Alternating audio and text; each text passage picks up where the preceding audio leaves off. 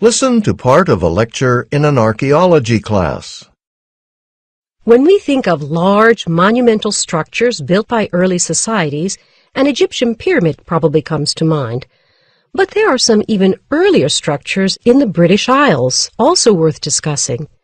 And besides the well-known circle of massive stones of Stonehenge, which, don't get me wrong, is remarkable enough, well, other impressive Neolithic structures are found there too.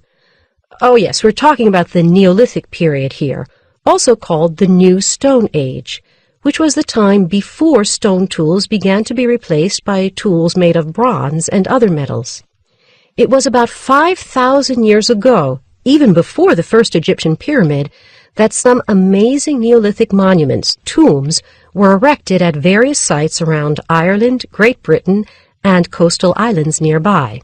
I'm referring in particular to structures that in some cases look like ordinary natural hills, but were definitely built by humans, well-organized communities of humans, to enclose a chamber or room within stone walls, and sometimes with a high, cleverly designed ceiling of overlapping stones. These structures are called passage graves because the inner chamber, sometimes several chambers in fact, could only be entered from the outside through a narrow passageway. Excuse me, Professor, but you said passage graves. Were these just monuments to honor the dead buried there, or were they designed to be used somehow by the living? Ah, yes. Good question, Michael. Besides being built as tombs, some of these passage graves were definitely what we might call astronomical calendars, with chambers that were flooded with sunlight on certain special days of the year, which must have seemed miraculous and inspired a good deal of religious wonder.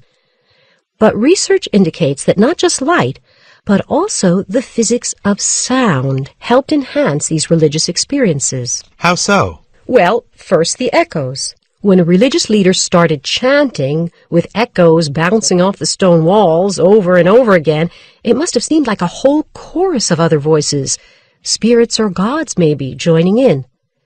But even more intriguing is what physicists call standing waves. Basically, the phenomenon of standing waves occurs when sound waves of the same frequency reflect off the walls and meet from opposite directions. So the volume seems to alternate between very loud and very soft.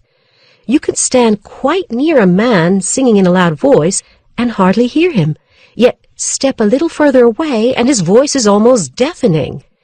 As you move around the chamber, the volume of the sound goes way up and way down, depending on where you are in these standing waves.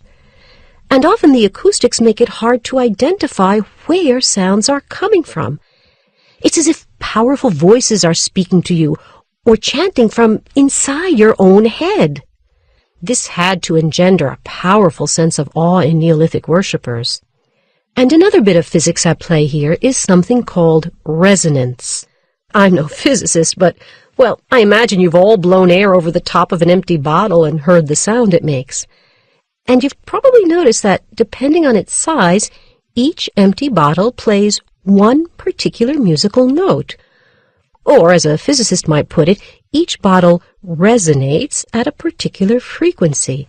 Well, that's true of these chambers, too.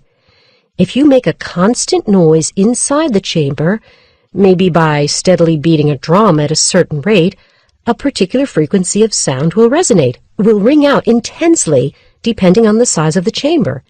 In some of the larger chambers, though, this intensified sound may be too deep for us to hear. We can feel it. We're mysteriously agitated by it, but it's not a sound our ears can hear. The psychological effects of all these extraordinary sounds can be profound, especially when they seem so disconnected from the human doing the drumming or chanting. And there can be observable physical effects on people, too. In fact, the sounds can cause headaches, feelings of dizziness, increased heart rate, that sort of thing, you see. Anyway, what was experienced inside one of these passage graves clearly could be far more intense than the everyday reality outside, which made them very special places. But back to your question, Michael, as to whether these graves were designed to be used by the living. Well, Certainly with regard to astronomical or calendar function, that seems pretty obvious, and I want to go into more detail on that now.